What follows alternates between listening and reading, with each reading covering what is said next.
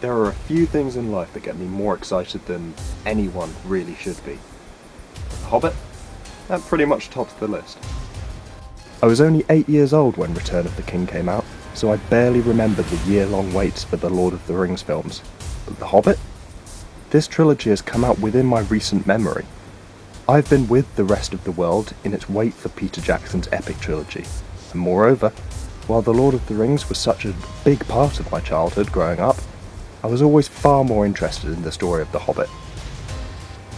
Now is the perfect time for it to exist as a series of films. The Lord of the Rings provided a gateway for fantasy movies to become such a big part of Hollywood today, and, as such, it has to provide the absolute bare basics of a fantasy movie. The villain is, straight up, the most evil thing in the known world, and the heroes are just that, heroes. But in The Hobbit, the lines are blurred somewhat, with the heroes making rash decisions that endanger the lives of others, and making them more anti-heroes than anything. And so, in The Hobbit, the Battle of the Five Armies, Tolkien, and now Jackson, turn around and pull the rug out from under our feet. The innocent, jolly little quest to reclaim a mountain full of gold and slay a dragon is done. But that doesn't mean the story is over. The final part of this story is a cautionary tale about greed and the overwhelming power riches have on the mind and those who claim them. From the start, Richard Armitage's Thorin Oakenshield is, without a doubt, a complete arsehole. His quest for gold has brought ruin upon those who sought to help him, and now they're ready to do exactly what he set out to do in the first place, reclaim the homeland and a chance to rebuild it. It's a great setup, perfectly well acted, and nicely dividing its time between the setup for the titular battle and Gandalf's rescue from Dol Guldur by the White Council. This scene in particular had exactly what I've wanted for the last year.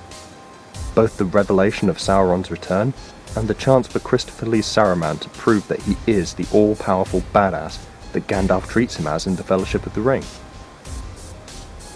As a prequel, the film works perfectly, both because it sets things in motion and really makes you desperately ready to watch The Lord of the Rings again. But it walks a fine line. A shot of Gloin in the background wearing what is obviously Gimli's iconic helmet says far more than him showing off a picture of his son and saying, "This is Gimli. I'm telling you this because he will be important later. Look out for him." But on the flip side, Legolas' story, which was brilliant throughout, and perfectly sets him up for that line in The Return of the King where he casts aside all thoughts of race and refers to Gimli as his friend, is completely undermined by his father straight up telling him, "Go find a bloke named Strider. I won't tell you his real name, but trust me, this will be important later." The Battle of the Five Armies is the shortest of the trilogy so far, but it achieves everything it sets out to do. There are no loose ends from the previous films, yet I am still waiting to see what's improved by the extended edition. There are bits of world building that seem to go amiss here and there.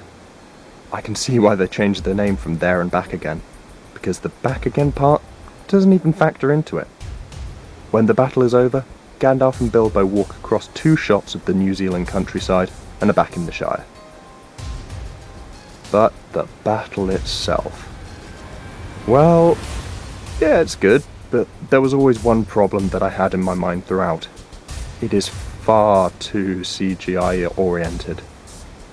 It's really good, exciting, action-packed, but aside from the moments where the actual characters are on screen, it is blatantly just animated.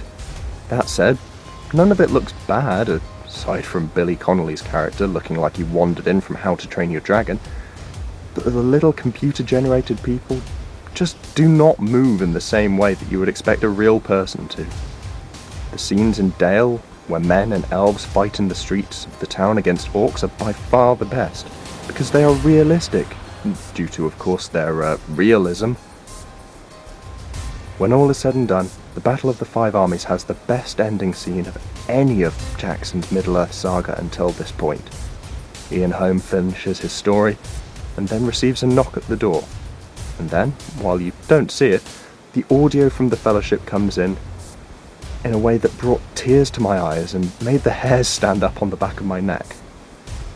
It is a truly beautiful ending to an epic story. I would recommend it, but I don't see the point. If you aren't going to see this movie, then you are the one missing out here.